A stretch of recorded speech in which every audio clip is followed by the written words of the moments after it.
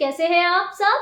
मुझे पूरा यकीन है कि पिछले हफ्ते आपको मेरी कहानी का इंतज़ार रहा होगा, तो इसीलिए मैं एक मज़ेदार सी कहानी आपके लिए ले आई हूँ। तो कहानी शुरू करने से पहले मैं आपको याद दिला दूँ कि मेरे चैनल को लाइक करना, सब्सक्राइब करना और इस वीडियो को शेयर करना बिल्कुल भी ना भूलें। तो चलिए कहानी शुरू करते हैं। ये कहानी है दो बिल्लियों की और ये दोनों बिल्लियाँ एक बड़े से पेड़ के नीचे गहरी नींद में सो रही थी। जब बिल्लियाँ गहरी नींद में सो रही थी तो उसी रास्ते से एक आदमी गुजरा और उस आदमी के पास एक बड़ा सा खाने का डब्बा था। खाने का डब्बा गलती से आदमी से खुल गया और खुलने के साथ क्या हुआ, उसकी एक रोटी जमीन पर गिर गई। आदमी ने शुक्र मनाया कि हाँ, अच्छा हुआ कि कम से कम मेरी एक ही रोटी गिरी, अगर ज्यादा रोटियां गिर जाती तो मुझे भूखा रहना पड़ता। ऐसा सोचकर आदमी ने अपने खाने का डब्बा बंद किया और वो तो अपने रास्ते को निकल गया।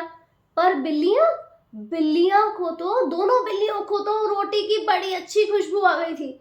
और फिर काली बिल्ली ने सोचा कि वाह वाह, आज तो घी लगी रोटी खाने को मिलेगी। और काली बिल्ली मटक मटक कर रोटी के पास जा ही रही थी कि तभी उसने देखा कि रोटी पर एक भूरे रंग का पंजा आया और उसने कहा कहा ये रोटी मेरी है। काली बिल्ली ने गर्दन उठाई तो देखा सामने भूरे रंग की एक बिल्ली खड़ी थी। काली बिल्ली जोर से चिल्लाई, ऐसे कैसे तेरी है? ये रोटी तो मेरी है, मैंने रोटी पहले देखी। बिल्ली ने कहा, पर पहले मैंने उस पर पंजा रखा। काली बिल्ली फिर चिल्लाई, बोली अच्छा, पंजा रखने से क्या होता है? नहीं नहीं, रोटी मेरी है। भूरी बिल्ली बोली, भूल कर भी मत देखना रोटी की तरफ, ये रोटी मेरी है।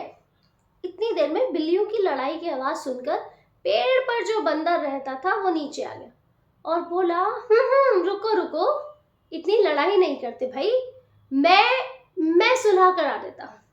तो बिल्लियों ने कहा, बंदर भैया आप सुलह कैसे कराएंगे? बंदर ने कहा, भूरी बिल्ली बताओ तुम क्या कहना चाहती हो? भूरी बिल्ली ने कहा, देखो भैया, इतनी दूर से चलकर तेजी से भागकर मैंने रोटी पर पहले पंजा रखा तो रोटी मेरी हुई ना। काली बिल्ली ने कहा, अरे तो तुम पास में भी तो बैठी थी रोटी के, मैं इतनी दूर पीछे बैठी थी, पर देखा रोटी को मैंने पहले, तो रोटी मेरी हुई ना। बंदर को समझ में आया कि इस तरह से तो सुलह नहीं होगी। तो बंदर ने चतुराई दिखाई और बंदर ने कहा, अच्छा एक काम करते हैं कि मैं अपने दोनों हाथों का इस्तेमाल करके रोटी को आधी आधी बांटकर तुम दोनों को दे देता हूँ। पहले तो बिल्लियों को लगा कि मैं अपनी आधी रोटी इसे क्यों दूं, पर फिर उन्हें लगा कि चलो आधी रोटी तो मिलेगी। तो उन्होंने कहा, ठीक है, आप रोटी को अपने हाथों से बराबर बांट दीजिए। बस बराबर क्या बांटना था। बंदर ने रोटी को दो टुकड़ों में किया, एक टुकड़े को इस हाथ पे और एक टुकड़े को इस हाथ पे रखकर बोला, अरे ये वाला टुकड़ा ना थोड़ा भारी है जरा, तो एक काम करता हूँ, मैं इसमें से थोड़ा सा खा लेता हूँ।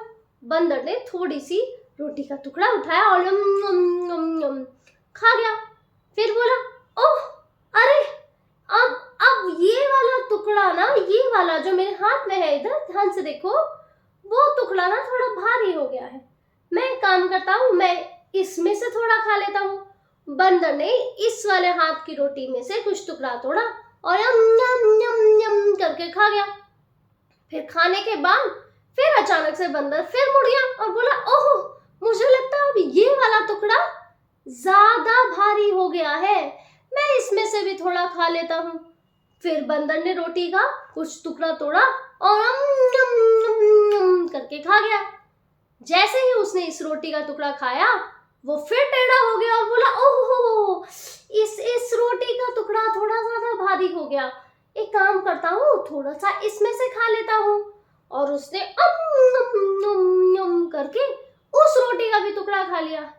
फिर बंदर ने अपने दोनों हाथ देखकर बोला, अभी मेरे दोनों हाथों में बहुत ही छोटे छोटे टुकड़े बचे हैं, तुम दोनों का वैसे भी इस छोटे टुकड़े से क्या होने वाला है, तो ये दोनों छोटे टुकड़े भी मैं ही खा लेता हूँ।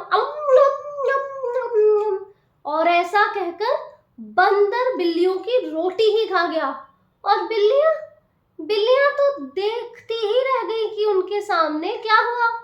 और दोनों ने सोचा, इससे अच्छा तो हम दोनों ने ही आधा आधा बांटकर खा लिया होता।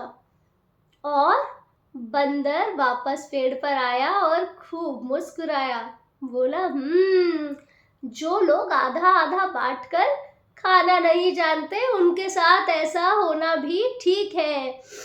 रोटी बड़ी स्वाद थी, घी वाली। तो आप भी घी वाली रोटी खाते रहिए और खूब सारी कहानियां सुनते रहिए। तो ये थी हमारी आज की कहानी। मैं आपसे फिर अगली कहानी लेकर मिलती रहूंगी। Bye bye.